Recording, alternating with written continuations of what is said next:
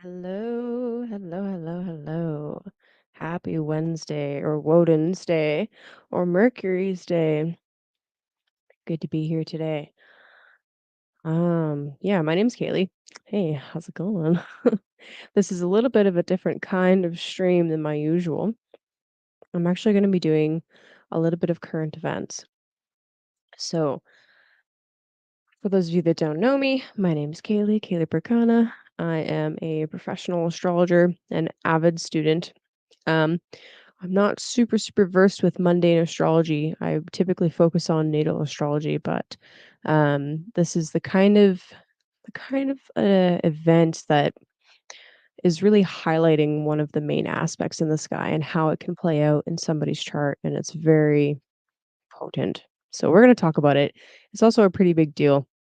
So if you don't know what I'm talking about, if you didn't read the title, um, a tech CEO by the name of Pavel Durov, the founder and CEO of the app Telegram, has been detained in France and charged with, I believe the charges are actually six in total, um, essentially boiling down to being held accountable and responsible for the activities that take place on his app, and also for failing to censor it and for failing to give over information to the authorities when requested. So, for those of you that don't know anything about Telegram, this is actually a really big deal. It's a very popular app. It's overtaken WhatsApp, a Facebook Messenger, and several other messaging apps in popularity. And because of its ability to offer end-to-end encryption, is it's a pretty big deal. It's a really important choice to be able to choose who actually has access to your information. So for an app like this to have such a big event happen to the CEO is a pretty big deal. This is also the first time in history that a founder or a manager or a CEO of a major platform is being held criminally responsible for the abuses or the misuse of the app for illegal purposes. Uh, you did see people like Mark Zuckerberg and Mr. Dorsey being taken in for questioning, and we did see them in front of the Senate or in front of a council, um, talking to the government, but they were not. Neither of those people were held responsible criminally for any of the activities on their platforms. So this is a really big deal. So I'm going to go over it a little bit. We're going to look at his chart. We're going to look at some news articles, and I'm going to offer a little bit of insight into some of the transits and some of the things that are happening as to why I think this is happening now. And as always, if you have any input, if you have any additional articles or details that you think I might have missed, please feel free to drop them in the comments or even on the live stream if you're watching with me right now. And yeah, let's get into it. Okay. So first of all, let's just start with the press release right from France. So this dropped a couple of days ago. This is the press release released in this is the English version, obviously. Um, from France. So, Pavel Durov, founder and CEO of instant messaging and platform Telegram, was arrested at the airport in the outskirts of Paris on Saturday, the 24th of August, and taken into custody at 8 p.m. This measure comes in the context of a judicial investigation opened on the 8th of July, following a preliminary inquiry initiated by Section J3 General Co. Fight Against Cybercrime of the Paris Public Prosecutor's Office. This judicial investigation was opened against person unnamed on charges of complicity, webmastering an online platform in order to enable an illegal transaction in organized group, refusal to communicate at the request of competent authorities information or documents necessary for carrying out operating interceptions allowed by law. So basically, he's refusing to give over information about criminal activities. Complicity, possessing pornographic images of minors, complicity, distributing, offering, or making available, CP basically, complicity in acquiring, transporting, possessing, or selling narcotics. So okay. Complicity, offering, selling, or making available without legitimate reason, equipment, tools, programs, or data designed for or adapted to get access to and damage the operation of automated data processing systems. So he's aiding hackers, or he's complicit in aiding hackers, basically. Organized fraud, criminal association with a view to commit a crime, blah, blah, blah. Laundering the proceeds, cryptology services aiming to ensure confidentiality, cryptology tool not solely ensuring authentication or integrity. Basically, they're really mad that he's offering such good cryptographic tools. So there's a whole bunch of stuff on there. This is just what he was initially being kind of like tried for, right? All right. So that was over the weekend. Bring that down. Hey. Hi guys. Yeah, I picked a bad time. That's kind of my bad, but it needs to happen. All right, so that was over the weekend. Here is an article from I found actually a couple of really good articles just from today. Doo-doo-doo. Ironically, one of them is from NPR and Politico. I wasn't expecting that. Let's go through this one first. Okay.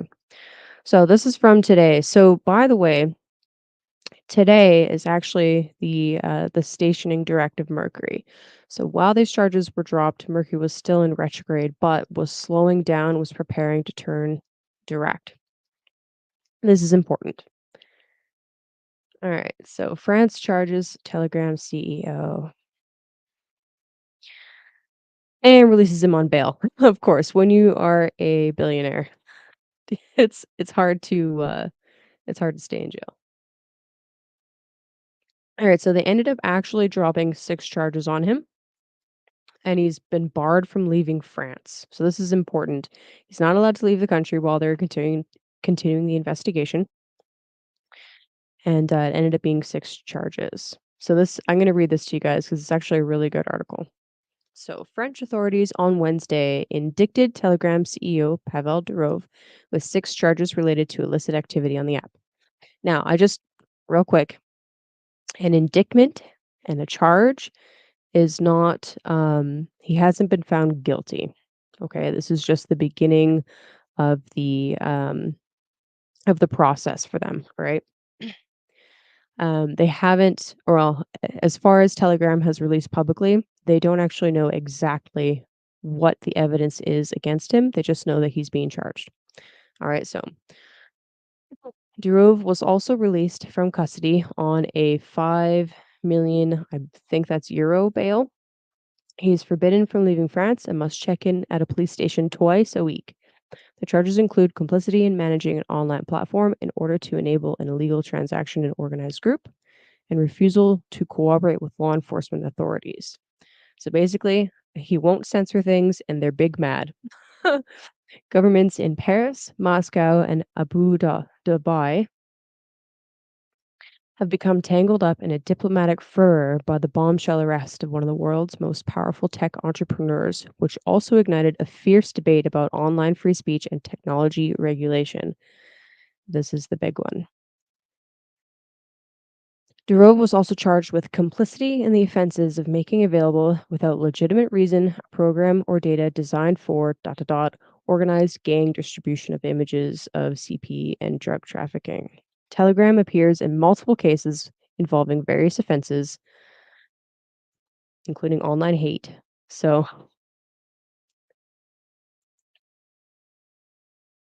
censorship, essentially. The prosecutor's office wrote, pointing to Telegram's almost total failure to respond to judicial requests. When consulted, other French investigation departments and public prosecutors' offices, as well as various Eurojust partners, notably Belgian, shared the same observation and added, this led to opening an investigation into the possible criminal responsibility of the managers of this messaging service. A preliminary investigation was opened in February, the statement added. So, they began the investigation in February. French authorities issued warrants for both Durov and his brother Nikolai in March, according to a French administrative document seen exclusively by Politico.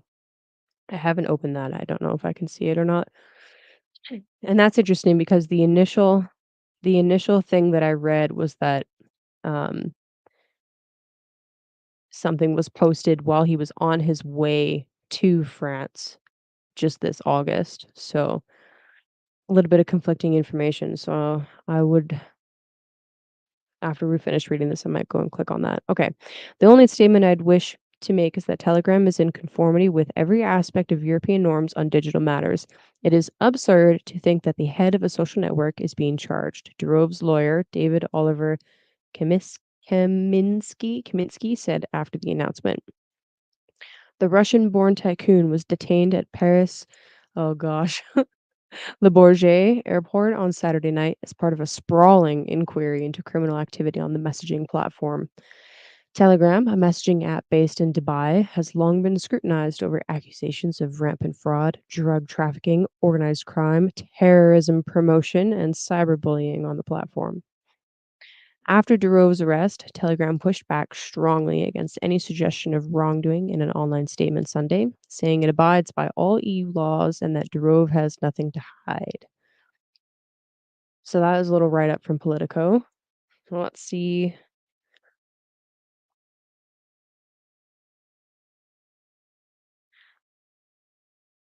Oh, okay. I wonder when this was posted. Okay, this was just posted on the 28th. This is from earlier today.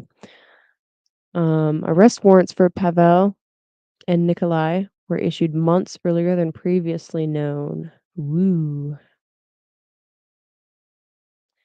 So this is a new article to me. Let's just skim through real quick here. Doo. The French undercover investigation in Telegram is wider. There's always feds and began months earlier than previously known. Okay, so they are claiming that the big thing is actually about child abuse.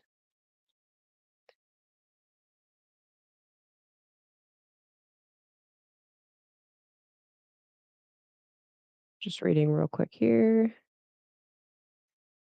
They're basically saying the same things. So 6 charges were actually put on him.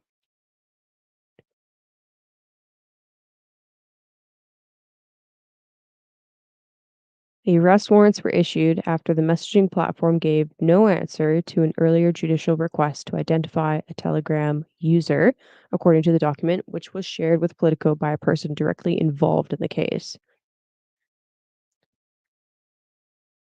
Document stresses Telegram's almost non-existent cooperation with the authorities in other cases. And honestly, if you are a proponent of free speech, for whatever reason, that is a really good thing to be reading.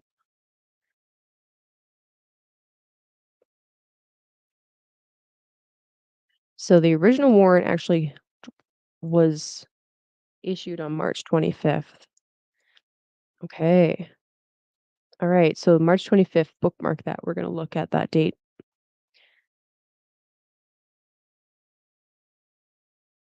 Previously, they reported the probe was opened in July. Well, okay, that makes sense. If they stated publicly that it was opened in July, of course, they're not going to tell you when they actually started investigating. So,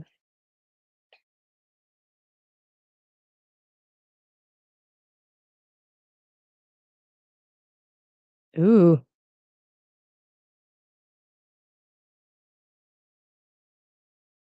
uh, graphic stuff.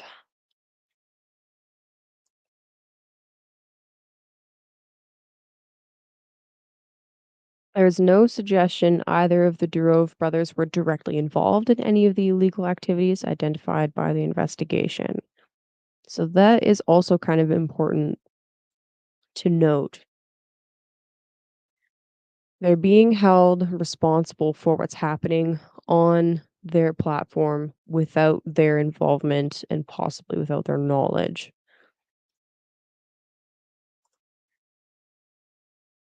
Okay, their crypto dropped in price. That is to be expected when there's bad news. We read about that already.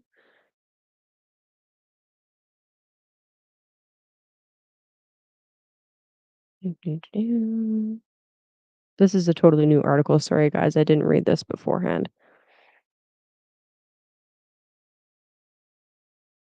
And Nikolai Durov's current location is unclear. They don't know where the brother is. And by the way, Pavel holds Russian, French, and Emirati citizenship, as well as that of Saint Kitts and Nevis. So that's a, that's a lot. All right, we actually have the founding date of Telegram as well. Dun, dun, dun. This is an interesting little tidbit. All right, so the Kremlin, which has had a tempestuous relationship with Durov, on Tuesday warned France that it better have good evidence against the Telegram chief. French President Emmanuel Macron insisted, and I do have a link to an article about that, Monday that the French government had no involvement in Durov's arrest. Russian state media has reported Moscow intends to demand consular access. So Russia is actually trying to help him out, which is really interesting actually because there was a point for a few years where Russia actually banned Telegram. So, yeah, that's kinda interesting.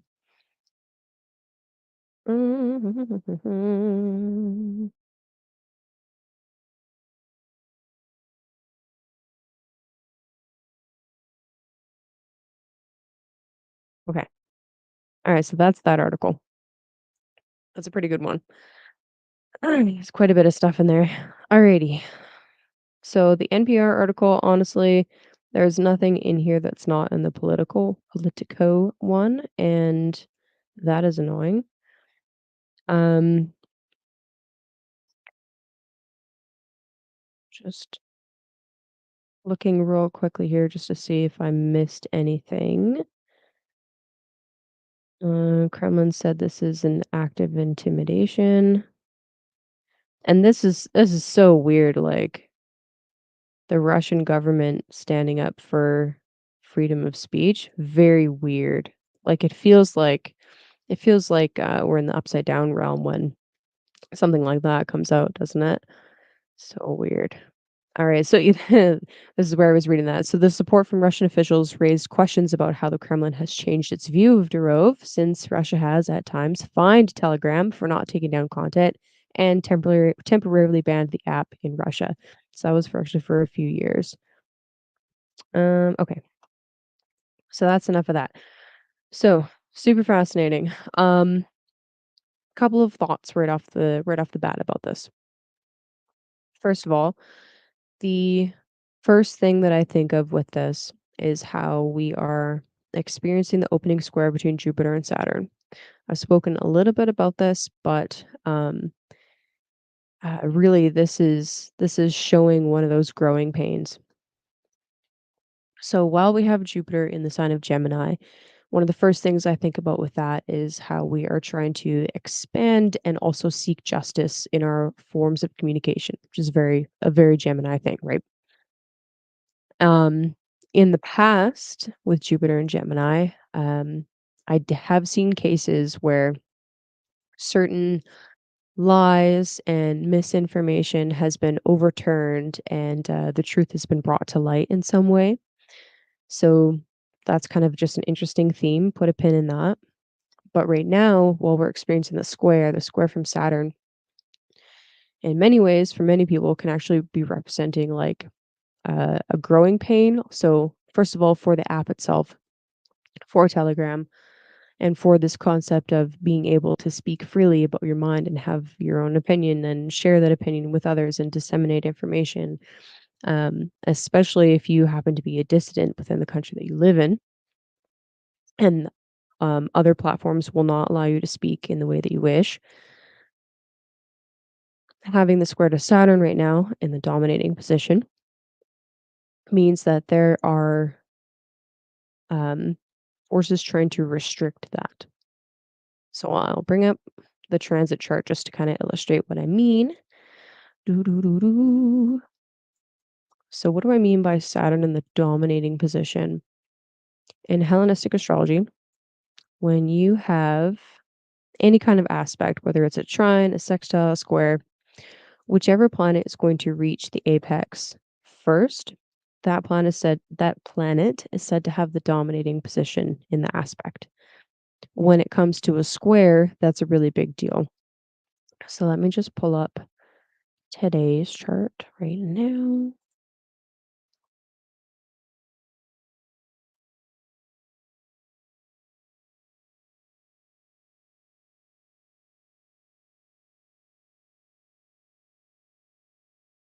In addition to this, Jupiter is a little bit weaker simply just because it's an exile. Okay, so the wheel turns this way as the Earth is turning this way, right? So this is the direction of motion. This is the direction of it's called primary direction, actually, primary motion. So as the sky spins and Saturn reaches the top, Saturn will reach the top before Jupiter does. Jupiter will just be rising on the horizon as Saturn reaches the top. So Saturn is in the dominating position. Now, this square energy, yes, it's 2 degrees away right now, but that was only the first of the 3 exact aspects between these 2 planets before Jupiter moves on and is, no longer within the square, okay? And while they're while they're in the same sign, we're going to continue to see ripples of the same themes play out over and over and over again. So because Saturn is in the dominating position, um there are certain things that need to be certain requirements by Saturn that needs to be met before we can continue with our Jupiter things. So in some cases that might mean stricter boundaries. It's a very Saturnian thing. Some cases that might mean more maturity. And for some people, it can quite literally feel like they are trapped by Saturn. And I think that you'll see that in Pavel's chart. So we actually have a time chart for Mr. Durov, which is pretty cool. Um, so he was born on the 10th of October in 1985 in what is today called St. Petersburg, but wasn't called St. Petersburg when he was born. That threw me for a loop, but I found it. So anyway, da, da, da, da. This is Mr. Durov's chart. So Pavel Durov. If the time is accurate, now the source is kind of interesting. The source for his birth time is somebody that is quoting a source that's very close to him. So kind of weird. There's always the possibility that there's a lie and a fudge, a fudge of the information in there. But how often do people actually do that? Who knows? But I think that there's some things in here that really speak very strongly to the nature of this man's character and definitely fit with a lot of the pieces of context that I've been able to gather over the last few days while looking into this. By the way, Pavel Durov did a little bit of an interview. Well, no, not a little bit, sorry. He did an interview with Tucker Carlson, which was really, um, it was actually a pretty good interview and gave a little bit of background into the beginnings of Telegram and a lot of his philosophies. And I'm actually realizing that this is not the right chart. What the fuck is going on here? Oh no, that's embarrassing. Hold on a minute. That is not the right chart. What happened here?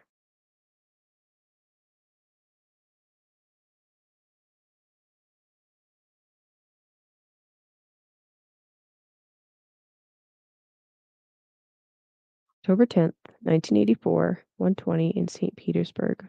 What the fuck? Why does mine look different? Oh, 1985, that's why. Let me fix that. That's good. Okay. Double check your data. Okay, that's better. Alright. Uh, just only a little bit embarrassing. Okay, there we go, that's better. Okay. That means the thumbnail's wrong. Okay. Uh, alright, so a couple of things stand out as, like, really strong signatures. So if the time is correct, that means that this man has Uranus right on top of his ascendant, in Sagittarius. So that's huge. That to me really speaks to having a vision of freedom and a philosophy of freedom.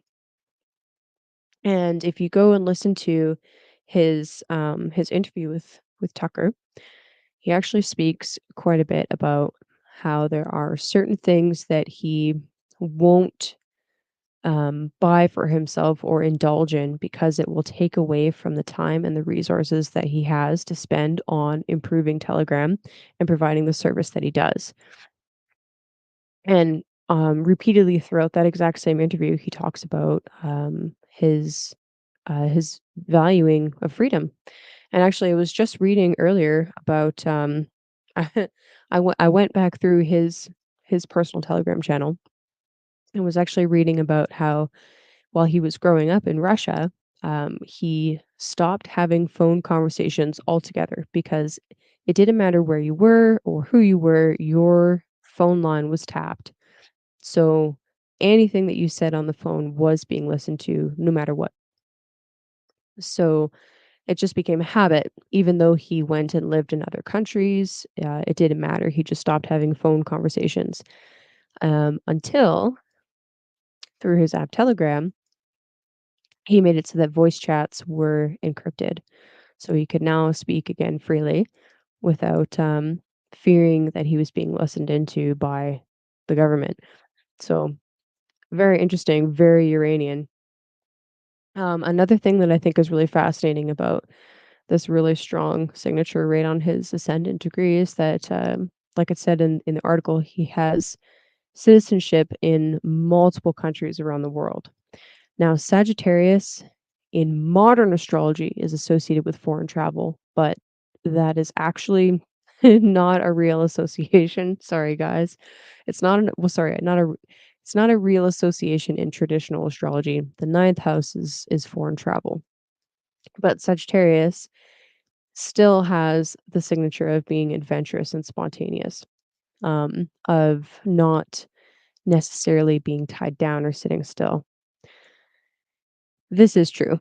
And it is still a centaur, right? It is still an archer. So there is a lot of movement associated with the sign. So having a planet like Uranus exact on the ascendant degree like this, um, really speaks to a strong desire for individuality, for breaking free from things, for actually bringing this major Promethean vibe. So Uranus, interestingly enough, is not super associated with the qualities of the mythology of Uranus, but is very much associated with the qualities of the mythology of Prometheus.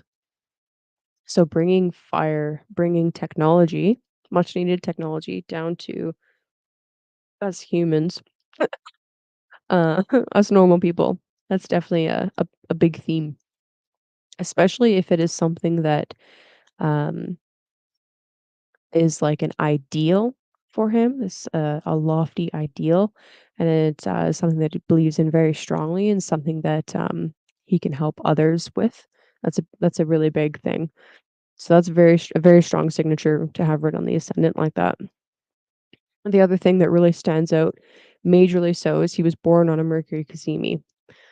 So, a couple of things. Um, and actually, a Mercury Cazimi, mm, only a couple of hours after a full moon. So that's pretty strong too. This axis is very lit up. So anyway, the Mercury Cazimi energy. A couple of things about this. So the Sun in Libra is considered fallen. Why? The sun is exalted in Aries, being that it's in the opposite sign from Aries in actually the middle decan. It's actually kind of a dark decan, to be perfectly honest with you. It's double ruled by Saturn. So being in the middle decan of Libra, even more so, um, the sun has a much more difficult time shining in some ways. Um, and just the biggest reason for this is actually because Libra, ideally speaking, is associated with the turn of the year where light is no longer dominating, darkness is growing, and now darkness is beginning to dominate. So, in the time of the year when darkness is dominating and darkness is growing, the sun doesn't have as much of a time to shine. And for that reason, the sun doesn't do as well in Libra. That doesn't mean that if you have a Libra sun, you suck. Like, so please don't interpret it like that. That's not what I mean. There's other qualities to a Libra sun that make it really beautiful, but for different reasons. In Libra, the exaltation of Saturn, by the way, in Libra, there is a necessity to look past the light and look into the darkness. And of course, if you are the sun, you literally you cast shadows, but you don't get to see into those shadows. So again, there's this idea of like you have to cover up the eyes and look beyond what is easily visible on the surface. The sun has a difficult time being able to do that. Not that it can't, it's just it's difficult. Now pair this with the Mercury Cazimi. This is fascinating. The people that I have personally met that have a Mercury Cazimi in their chart are incredibly brilliant people. They're able to think outside the box. It's like they get these lightning downloads, which is funny because you actually would associate that with modern astrology with Uranus, and I think that that is still accurate. Um, but now we see like there's this double signature of these lightning downloads with the Mercury Cazimi and the Uranus on the ascendant. So anyway, Mercury Cazimi people, super brilliant, highly intelligent, regardless of what sign it falls into. I have yet to see it in somebody that was like dull or slow. It's like they're very fast. And what this means when Mercury is at the heart of the sun, is what the word Cazimi means. It is emboldened and empowered. So that's really fascinating. So I would almost interpret that as so this is kind of difficult, all right? It's not impossible to give delineations for somebody that you've never met and never talked to, but I'm gonna do my best. It's not impossible, but it's not it's not easy. So I would actually interpret that loosely as someone that is able to um well, actually wants to strive for a true sense of justice, right? We are talking about the sign of Libra after all, the scales, a true sense of justice. And because of the really strong air signature, they would want to be able to help others. This is in the 11th house after all, help others be able to also experience the same sense of justice and fairness and true equality. So that's really fascinating to me. And in the 11th house, we are talking about networks, right? Well, he founded Telegram, a huge network that has become a backbone for a lot of different communities that are considered dissidents in their own country or alternative and outcast for one reason or another. So the sun is an outcast here in Libra. So that's kind of that's a fun way that that has played out for him. So with the sun in the chart, this is also something that tends to be a major plot point in somebody's life. It is something that you're striving towards. So for Pavel Durov, this is something that he wants to achieve in his lifetime. This is a main driving factor behind a lot of his decisions. Telegram. It's really cool, right? And think of the symbolism of the company that he founded. It's an airplane. It's a paper airplane, but it's an airplane. Hello, Mercury. So that's really cool. All right. Next thing that we need to look at, or the next thing actually that stands out to me is actually where his ruling planet is. So for Hellenistic astrology, the ascendant is you. All right. The planet that rules the ascendant represents you.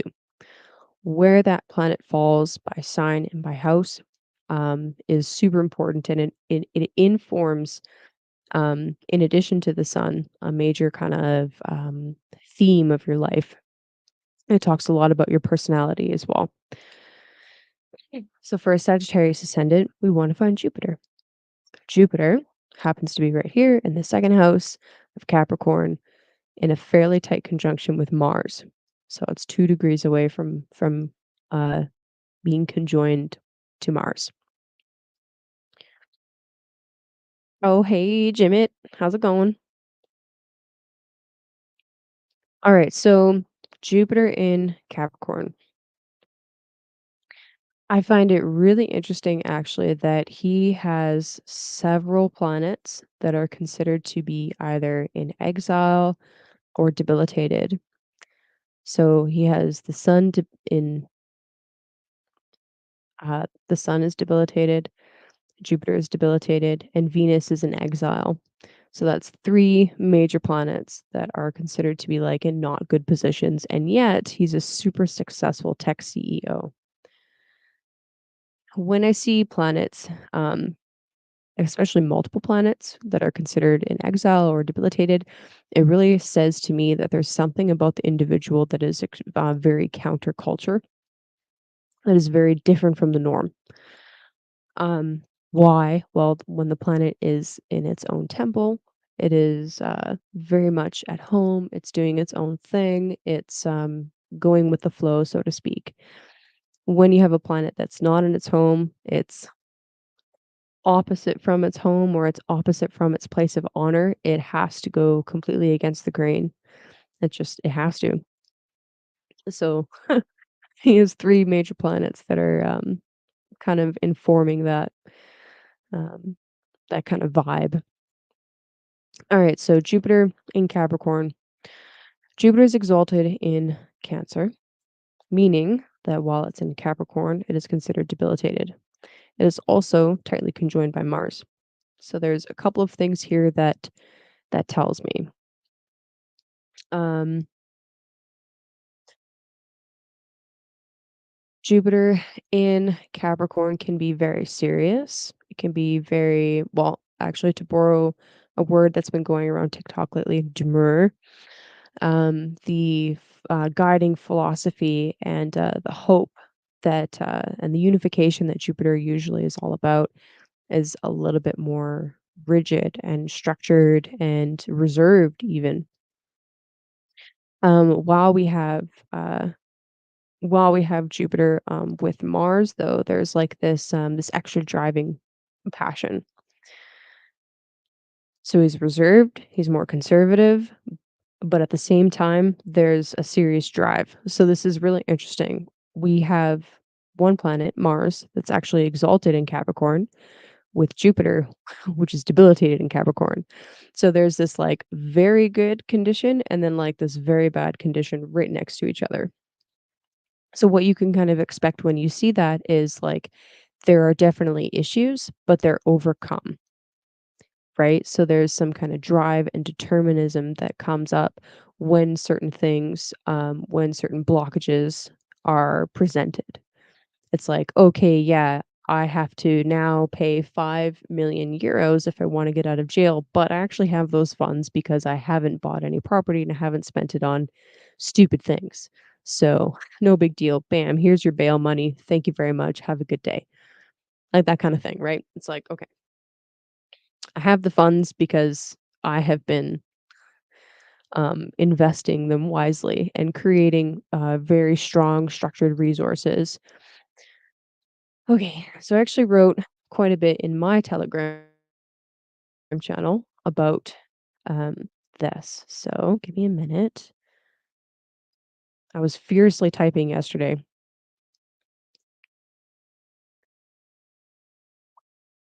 Just gotta find it.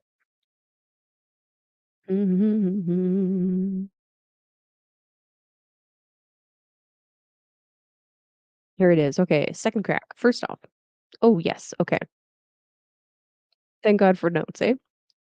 All right, so next thing that I want to look at is like, okay, what year is this person in? What is their perfection year? Because that will actually tell us quite a bit of information about what transits are really important and what's coming up. Like, why is he being arrested now? Hmm. So if I open up the traditional view, does the math for me. Thank you very much. So he happens to be in a fourth house, Pisces year, ruled by Jupiter. Okay, so Jupiter happens to be his ruling planet, and it happens to be his time lord for the year. So therefore, transits to his natal Jupiter and transits through his fourth house in particular will be extra potent. Okay, so go back up. Dun, dun, dun, dun, dun. Okay, so that helps inform us a little bit about what's going on. Okay, so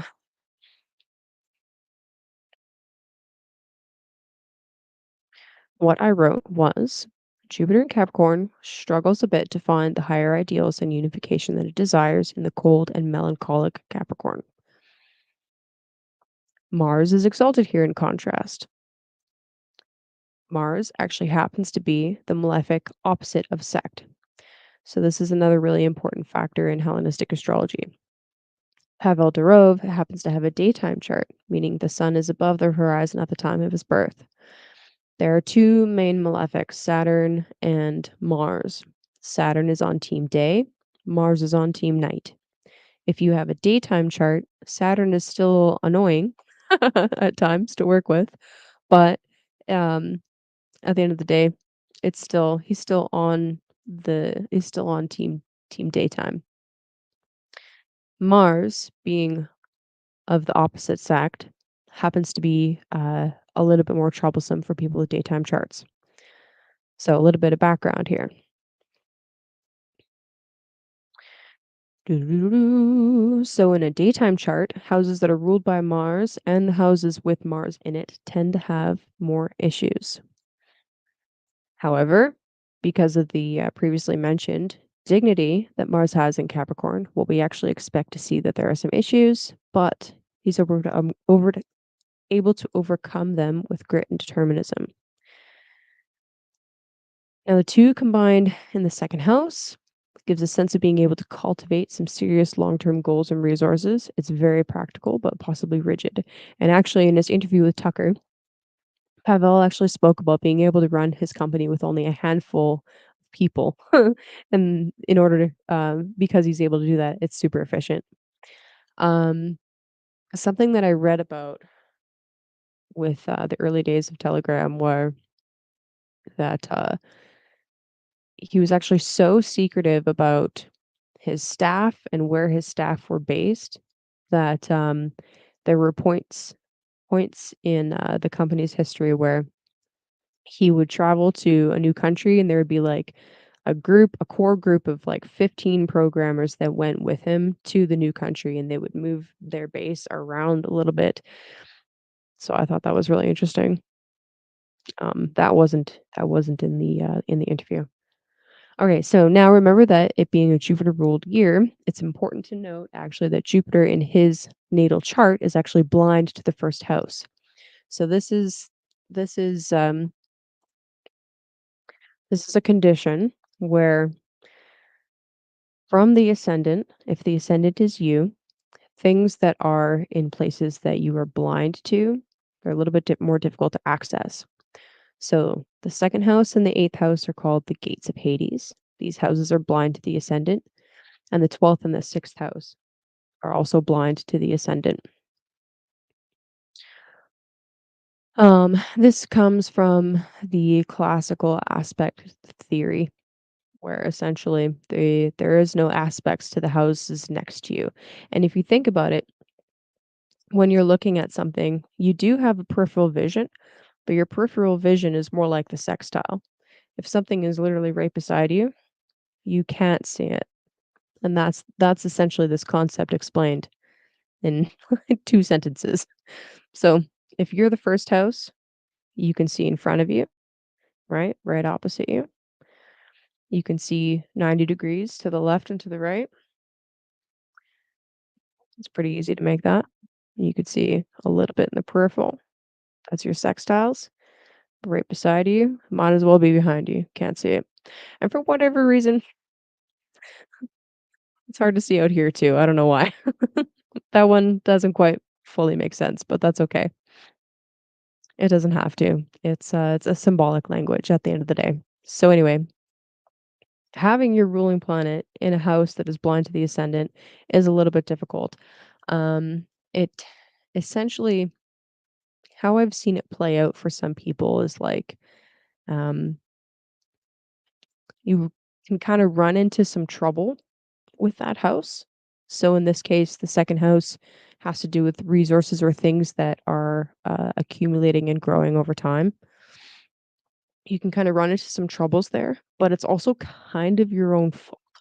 It's like, yeah, I knew that was an issue, but I didn't really pay attention to it, and then here we are.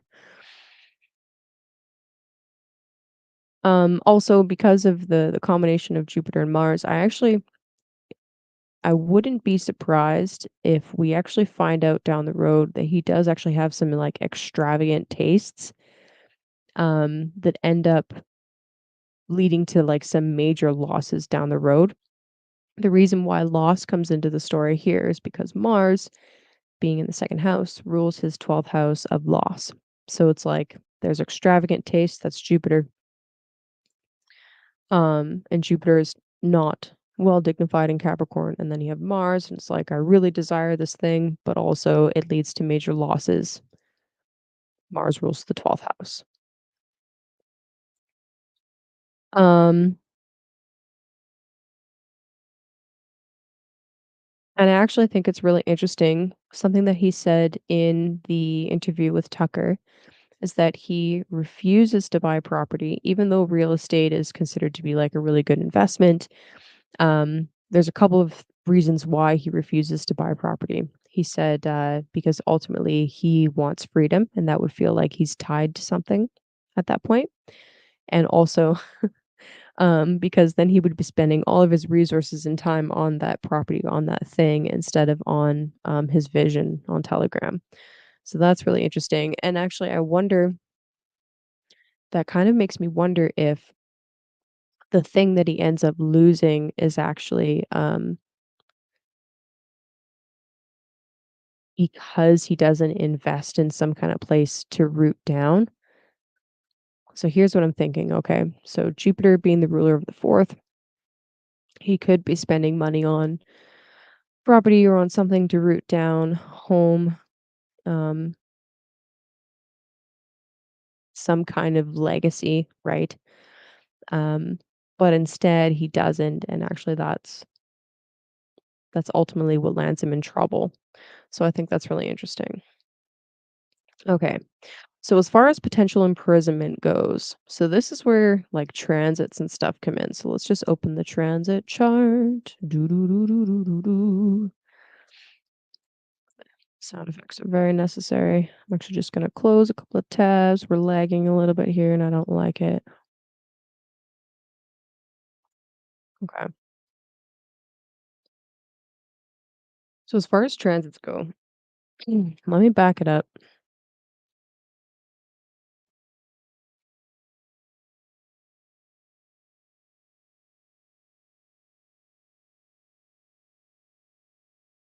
I actually think that it's my internet lagging, not my laptop.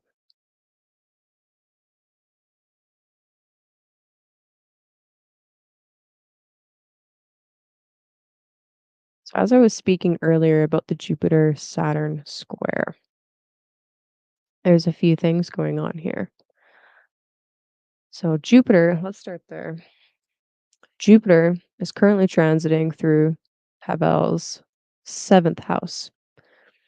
Seventh house in traditional astrology is associated with pleasure. It is associated with romance, with fun, with marriage, and actually with sex. Oh wait, Kaylee, I thought the eighth house was sex. In modern astrology, yes. In traditional astrology, no. Yeah. Controversial, I know. Okay. Now the reason why, real quick, is actually because the seventh house is where the sun sets. So where the sun penetrates into the womb. Very basic. That's why the seventh house is sex. Okay, it's where you consummate your marriage.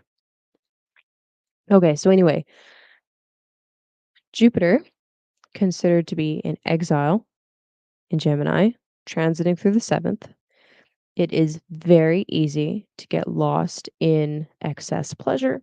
It is very easy to be to like kind of put on rose tinted glasses, maybe. These are just some very general, basic themes, okay? It is also it also could be a driving factor to want to make and create new business deals. You know, you want to sign more contracts. That's also a seventh house theme. You want to expand your partnerships in some way. That's another big theme. And also for the Sagittarius risings out there, you might actually see your partner. So maybe in Pavel's case, his business partners want to expand out a little bit. They want to reach a wider audience. They want to take on more clients. They want to just keep getting bigger. But remember some of the big themes of Jupiter and Gemini has been about like tech justice and freedom of speech and uh, reversals and court related justice in association with information or lies coming to the surface. Okay, so those are all themes to keep in mind with Jupiter in Gemini. Saturn, however,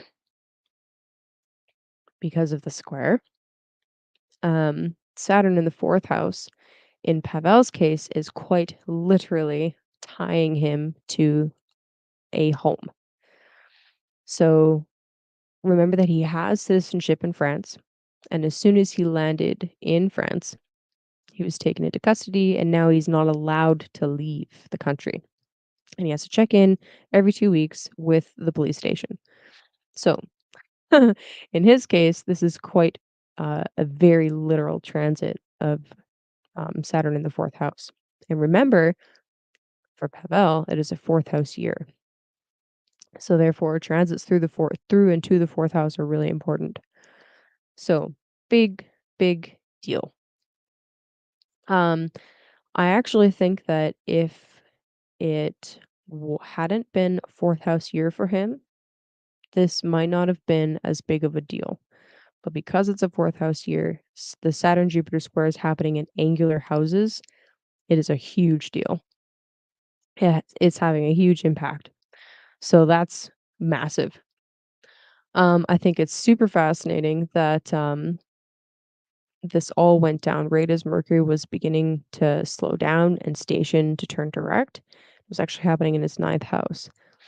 So I'm kind of curious how this is going to continue to play out. But the uh, the station, sorry, not the station retrograde, but the Cassimi happened in the ninth, and then the station turned direct happened in the ninth. So the ninth house is associated with our kind of with our like the 10th house is public image, but the ninth house can kind of be tied to that as well in some ways. It's associated with like our publications. So it's not reputation. Reputation is the 10th, but um things that we want to put out into the world if we're going to teach, if we're going to like if you were to write a book, then you'd be accessing your ninth house. to publish it, literally, to put your words out there. So I think it's really interesting and symbolic that Mercury is stationing and there's like this dramatic turn of events for this person that he's not actually super public, but his the effects of his voice do reach a wide audience. And now he's experiencing right now, like literally as Mercury is stationing, this dramatic turn where suddenly like he might actually have to face legal consequences, which is actually a ninth house thing for his platform. So that's kind of it's kind of mind blowing, honestly. A couple of other things that are kind of sticking out to me. Um, the the Uranus transit on top of his nodes is interesting. Like when I think of transits that you might see when someone is going to be imprisoned or is going to be like facing legal trouble, I don't normally go to Uranus. Uranus is usually the opposite of that. It's like breaking free from that. So for that reason, actually, I kind of feel like that's almost a good sign. So the sixth house is associated with misfortune. It's not a fun house. You can put lipstick on it and give it nice words and all that stuff about like habits and service and stuff, but at the end of the day, it's a house of misfortune. Um, so to have Uranus there transiting his node, that's kind of a big deal. The North Node is all about increasing energy in Hellenistic astrology. And Uranus being there transiting the North Node is really like there's something about this that is saying to me like he has to really buckle down and work more, which is ironic because he doesn't take very many vacations from what I've visibly seen. So it's like, all right, you're gonna work a lot more. But at the same time, it's like there's this almost extreme drive towards breaking free. So fascinating at the same time as like he's being kind of locked down in a way. But it kind of makes me wonder if there is like, okay, so a theory that I read from somebody in the chat was that this is kind of not a ploy. They didn't say it was a ploy, but this was something that he knew was coming and that he decided to do willingly in order to expose the corruption that's happening in France right now, which would be fascinating because that really plays into his son um, Mercury Kazemi in the 11th because it's like, okay, I know that I'm going to be persecuted. I know that this is going to be an issue. I know that it's going to be very public. And in fact, I'm going to make it more public and use my personal platform and my personal reputation as a way to expose. So that's really fascinating. I also think it's really interesting that he's going through a Pluto square right now, which also speaks to the exact same themes that I was just speaking about. So, yes, Pluto is retrograde. We'll cross over into Capricorn soon for the last time in our lifetimes. But while Pluto has been hovering around 0 degrees of Aquarius, you'll notice his natal Pluto is at 1 degree. I had to think about this one. Um, I had to think about this one for a little bit. But if Pluto is about corruption and the underworld, and if we are seeing someone with a very public platform go through trying to expose the level of corruption in a government, I think that's really fascinating. So I think for most people, a Pluto square can be a fairly big upheaval in their lives. Um, so I'm interested to see how this continues to play out for him as Pluto moves back into Capricorn and then comes back out into Aquarius and the exact square occurs over the next couple of years. Um, any other major points?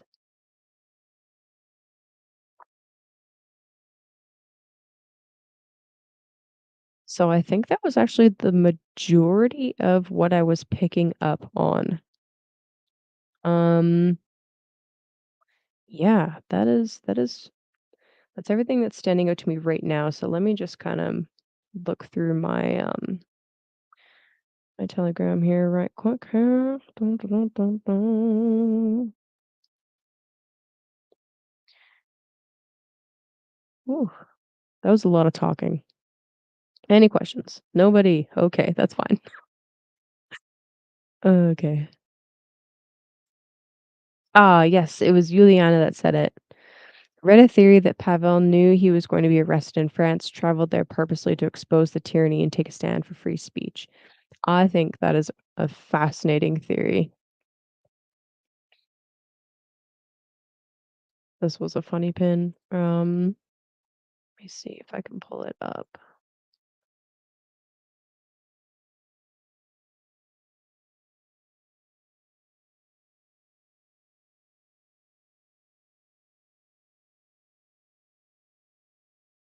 Whoops.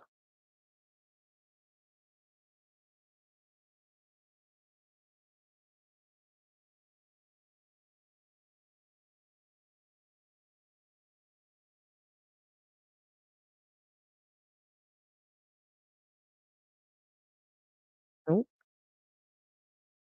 Nope.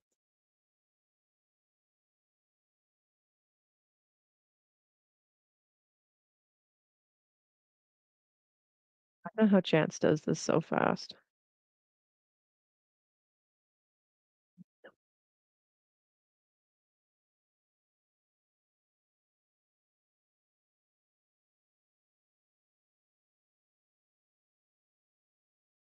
Sorry, guys. I need a second monitor. That's what I need. Yeah, the censorship is getting scary everywhere, honestly. You are not wrong.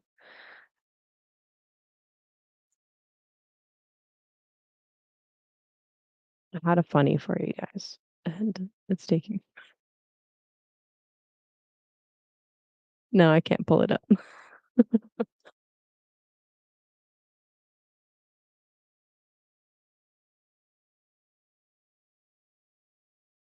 Oh, honestly, Jim, 100%, especially in an election year. Hey, Rachel.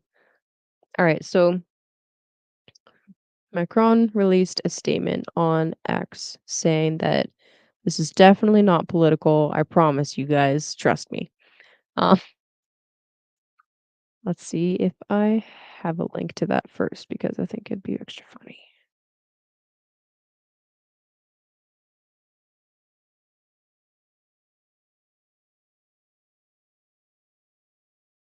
Yeah, whatever. It's okay. I can't find it. Trust me, bro, it's not political. Exclusive interrogation video of Durov in France by Macron. That's a good CGI job, not gonna lie. I swear, you guys, it's not political. Yeah. Okay, so a little bit of context actually. I forgot that kind of important key. A little bit of context. Um, in the last year, France has had some pretty major elections. Now, couple of disclaimers. I'm definitely not very educated on geopolitics, so please take what I say with a big grain of salt or several. But I was following a little bit and I was like, okay, as soon as this news came out, I'm like, okay, that's interesting. June, July, so that was when we originally were told like, hey, this is when the warrants came out was July or that's when the investigation began. I'm like, okay, what was happening in France during that time? Well, June and July, um, things really heated up in France actually due to some elections. So it's actually a really big deal. And I was seeing different projections and polls actually about a right-wing party really gaining a lot of momentum.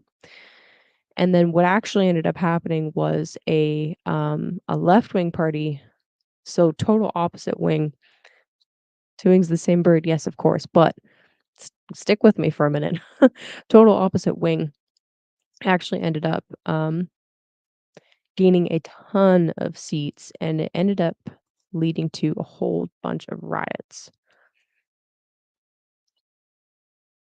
So, wh yes, it was funny. Okay, next. Um,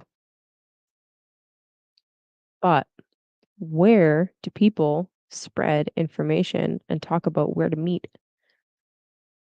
if they're gonna go and protest?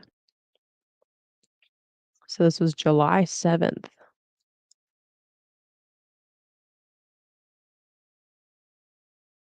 Crowds of protesters and celebrators flooded the streets of Paris as French election results began pouring in on Sunday.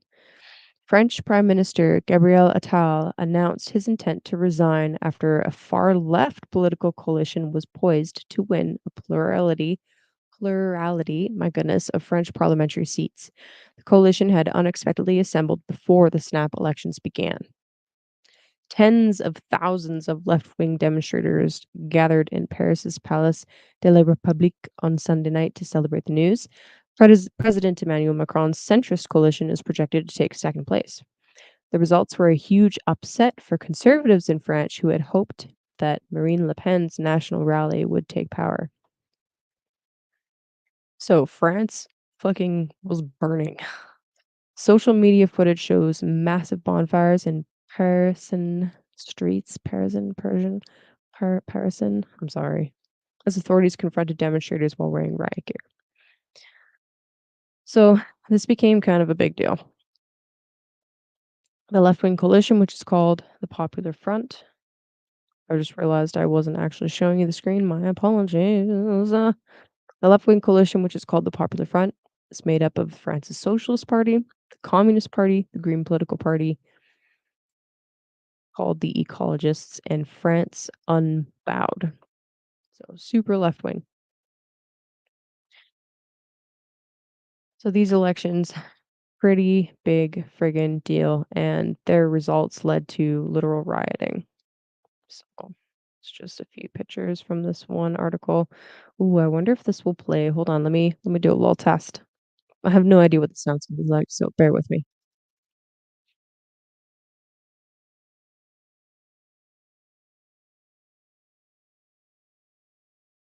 No sound. Okay, that's fine. I'm not mad.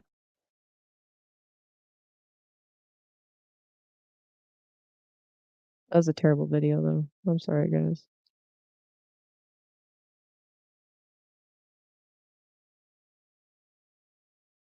Mm, broken stuff. Oh, fireworks. Oh yeah, that's cool. Okay, so anyway,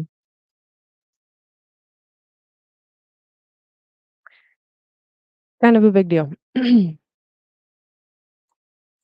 And that was actually one of the best articles I could find about the rioting itself, which is kind of unfortunate, but it is what it is.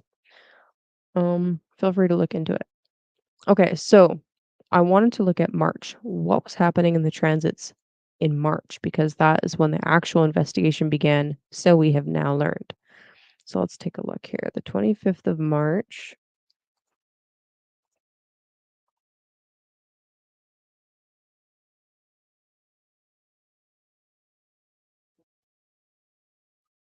Oh, yeah.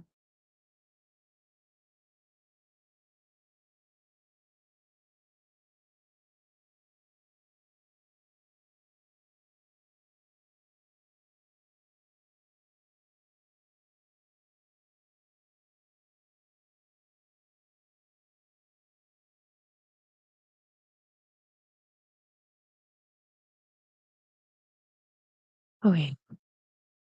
So back in March, there were eclipses happening on his sun and moon axis. Kind of a big deal.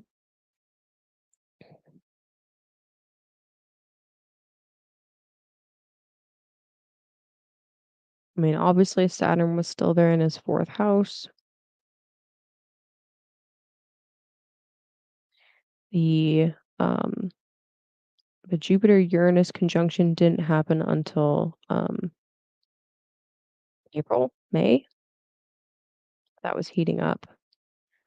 I think the biggest thing happening that I can see in here right now is the Mars Saturn conjunction getting ready, and that squaring the ascendant definitely is not very nice. And then the eclipses.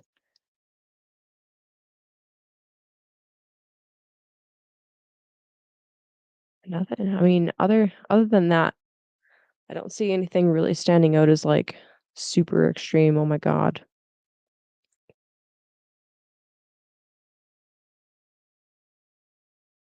Oh, actually, you know what? Jupiter and Uranus opposing as 12th house planets. So here's the thing with transits for Hellenistic astrology. And I'm still learning to look at this in this way, which it's hard to unlearn something that you've previously kind of gotten used to and gotten into the habit of. But in Hellenistic astrology, when you're looking at transits, it's more important to look at what the natal condition, the natal planet is doing in the chart.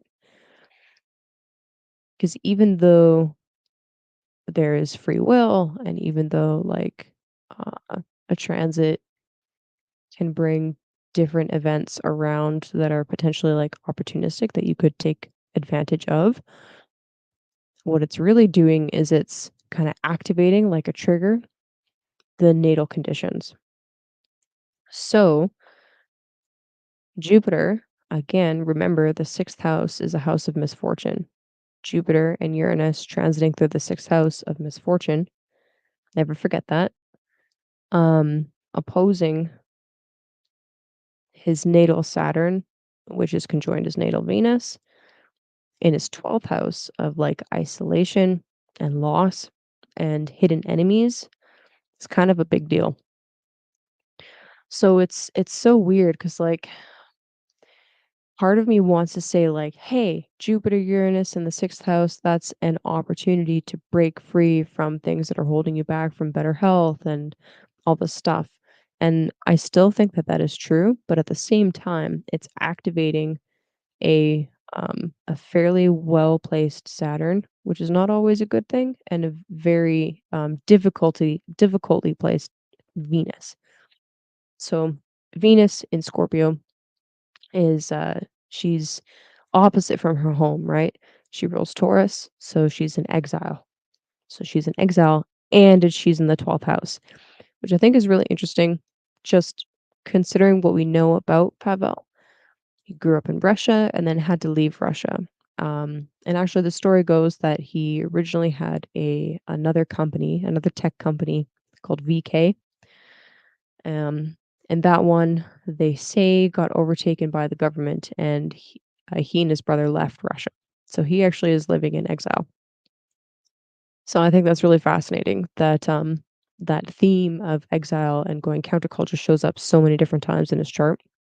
But anyway, in the 12th house, Venus in Scorpio in the 12th house with Saturn is not the easiest one to deal with. And again, we have this idea of, okay, well, maybe there is something else going on underneath the surface that we're not privy to yet. And I mean, personally, I want to see the best in people and I want to see um I want the CEO of Telegram to be a totally 100% good dude, but I'm really curious if maybe there's something else going on underneath the surface that we just don't know yet. We don't have enough information on. And or there is like a secretive plot, which is very Scorpio 12th house from people that do not wish him well, which would be like the hidden enemies aspect of this axis. So that's kind of just another thought that's like that's a theme that could be coming up, right? Um conspiracy. Conspiracy is the word. Conspiracy is the word that's coming to mind. So, super interesting. Okay. Um I guess the big question right now for this individual is like, what do we see playing out for them, right? Like, how is this going to go forward? Is he going to successfully beat this? Is he going to end up um, being found guilty? Like, I don't know. Um, but maybe let's just kind of like scroll some transits forward and see if there's anything that's like standing out to us, shall we? This is the one part that I didn't really prep ahead of time. I was looking backwards and I got really excited about other stuff. Okay, so let's go like a month at a time. So this is into September,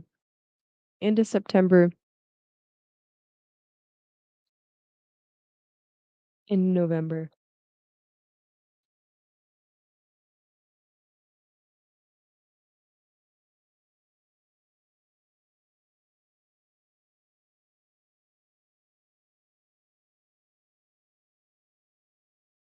Once Jupiter turns retrograde, we'll be actually heading back towards the second square of these two giants.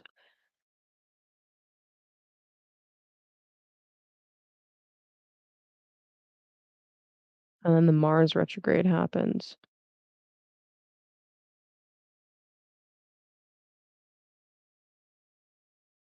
I actually kind of feel like because this is tied so closely to the Jupiter Saturn square, we're probably like, look at that, we're probably not going to see the complete full outcome until those two planets have moved past their square and like the tension is released. Especially with Mars squaring his sun during the retrograde. I think that's really interesting. So Mars stations direct at 17 degrees of Cancer, which will be an exact square to his sun Kazemi. Damn. Okay, so that's kind of important. The Mars square from the 8th house, again, squaring the Kazemi, that might end up playing out as like there's some kind of karmic debt, that's the 8th house, that probably has to do with maybe even his homeland. It's kind of a Cancerian theme that gets played out. Now, karmic debt in general, can be debt to you or debt owing from you. It can be either or, right? So, kind of put a pin in that around the Mars retrograde, especially once it stations direct. There could be some interesting things playing out in his story. So around mid to late February, we'll be watching for sure. Now, keep in mind that retrogrades and stations, when it comes to those events for a planet, that indicates a reversal, right? A reversal of fortune, basically. So that will be interesting to watch. Also, as the eclipses move into the fourth and 10th house, that'll be just kind of another really important factor to watch for Pavel.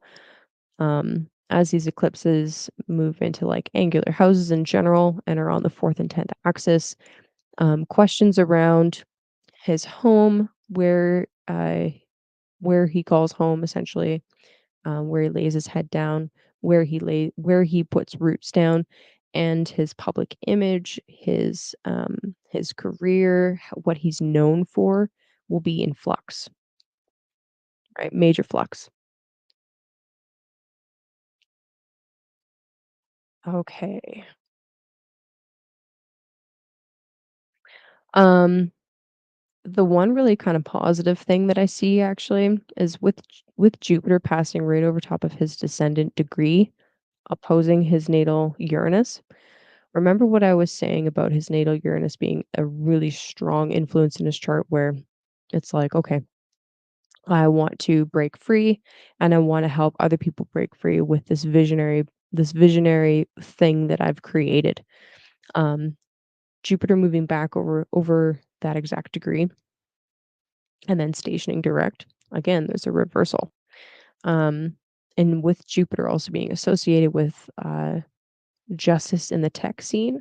I think once Jupiter stations direct, this will be an interesting turning point again. So I guess what I'm saying is there's going to be a couple of reversals and changes of fortune. There could be some kind of familial or homeland related karma that plays out. And remember, we were reading that Russia, the Kremlin is involved as well. They're like, hey, you can't do that, which is weird and crazy because the Kremlin themselves tried to censor Telegram. So definitely something to keep an eye on and watch as things develop. Okay, I'm exhausted now. I gotta go. All right, thanks for hanging out, guys. That was an interesting stream. Um, yeah, if you guys have any further input, if you find any really cool articles that you'd like to link, you can actually find me on Telegram. Um, actually, at the I don't have it linked in the comments or the description, but I should. Um, I have a Telegram channel and a little group where I like to post astrology musings, and that's pretty much my only social media. So this is actually a pretty big deal to me. Um, I have made a lot of really lovely friends because of Telegram that I otherwise would have never met. So I am a little bit biased. I'm a little bit biased about this, and I hope that there's some really nice outcomes. But anyway, that's it for me. Have a good night, you guys, and and good luck and Godspeed, Pavel.